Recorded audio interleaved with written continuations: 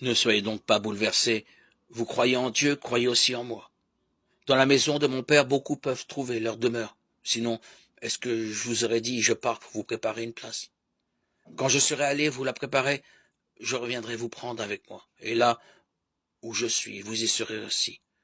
Pour aller où je m'en vais, vous savez le chemin.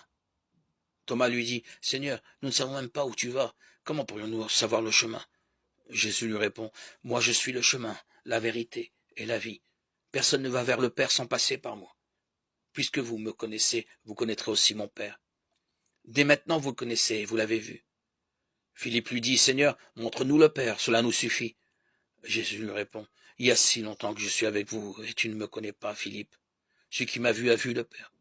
Comment peux-tu dire, montre-nous le Père? Tu ne crois donc pas que je suis dans le Père et que le Père est en moi? Les paroles que je vous dis, je ne le dis pas de moi-même, mais c'est le Père qui demeure en moi et qui accomplit ses propres œuvres. Croyez ce que je vous dis, je suis dans le Père et le Père est en moi. Si vous ne croyez pas ma parole, croyez au moins à cause des œuvres. Amen, amen, je vous le dis, celui qui croit en moi accomplira les mêmes œuvres que moi. Il en accomplira même de plus grandes, puisque je pars vers le Père. Jean 14, 1, 12. Voilà pourquoi je vous dis, ne vous inquiétez pas au sujet de la nourriture et de la boisson dont vous avez besoin pour vivre, ou au sujet des vêtements dont vous avez besoin pour votre corps. La vie est plus importante que la nourriture, et le corps plus important que les vêtements, n'est-ce pas? Regardez les oiseaux qui volent dans les airs. Ils ne sèment ni ne moissonnent. Ils n'amassent pas de récolte dans des greniers. Mais votre Père qui est au ciel les nourrit. Ne valez-vous pas beaucoup plus que les oiseaux? Qui d'entre vous parvient à prolonger un peu la durée de sa vie par le souci qu'il se fait? Et pourquoi vous inquiétez-vous au sujet des vêtements? Observez comment poussent les fleurs des champs. Elles ne travaillent pas et ne fabriquent pas de vêtements. Pourtant, je vous le dis, même Salomon, avec toute sa richesse, n'a pas eu de vêtements aussi beaux que l'une de ces fleurs. Dieu habille ainsi l'herbe qui se trouve aujourd'hui dans les champs et qui demain sera jetée au feu du four. Ne vous habillera-t-il pas à bien plus forte raison vous-même? Comme votre foi est petite. Ne vous inquiétez donc pas en disant, qu'allons-nous manger, qu'allons-nous boire, avec quoi nous habillerons-nous?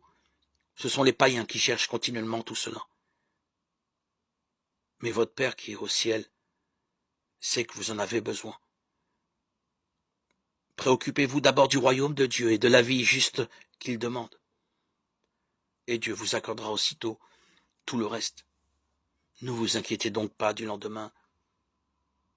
Il vous apportera ses propres soucis. La peine qui se présente chaque jour suffit pour la journée. Matthieu 6, 25-34.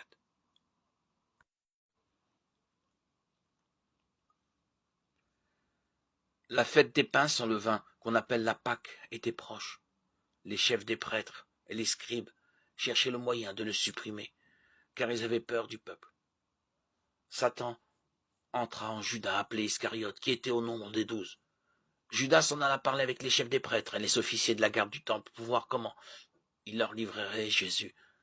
Ils se réjouirent et ils décidèrent de lui donner de l'argent.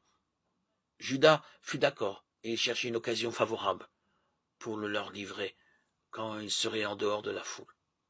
Luc 22, 1, 6. Ils se mirent alors à le guetter et lui envoyèrent des espions.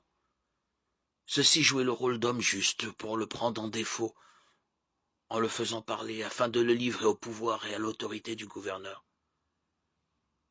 Ils l'interrogèrent ainsi. « Maître, nous le savons, tu parles et tu enseignes avec droiture et tu ne fais pas de différence entre les hommes, mais tu enseignes le vrai chemin de Dieu.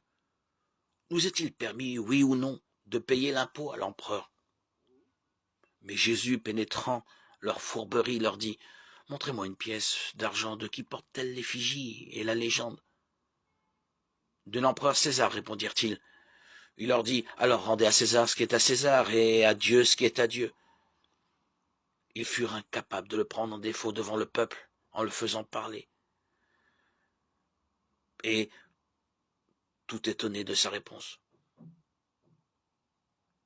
Ils gardèrent le silence. Luc 20, 26.